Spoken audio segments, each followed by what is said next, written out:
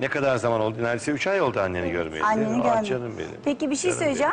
Şimdi sen bize ellerini çekip benden mi söyleyeceksin? Ne söyleyeceksin? Elini çekip ben. Onun anısı nedir? Özelliği nedir o şarkının?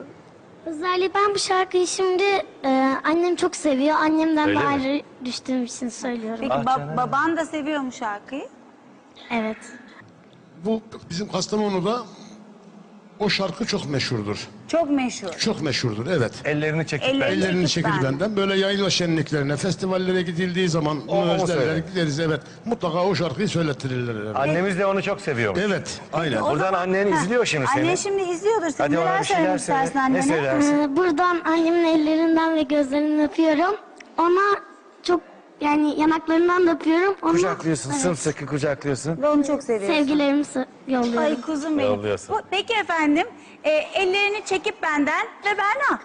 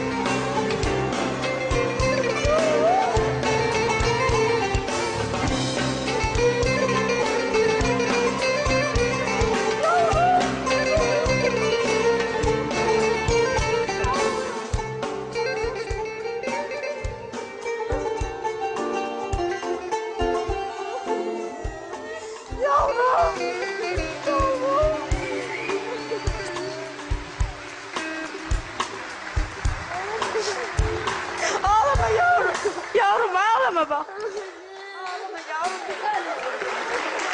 Ne ağlama yavrum? Yavrum ne korktun? Yavrum.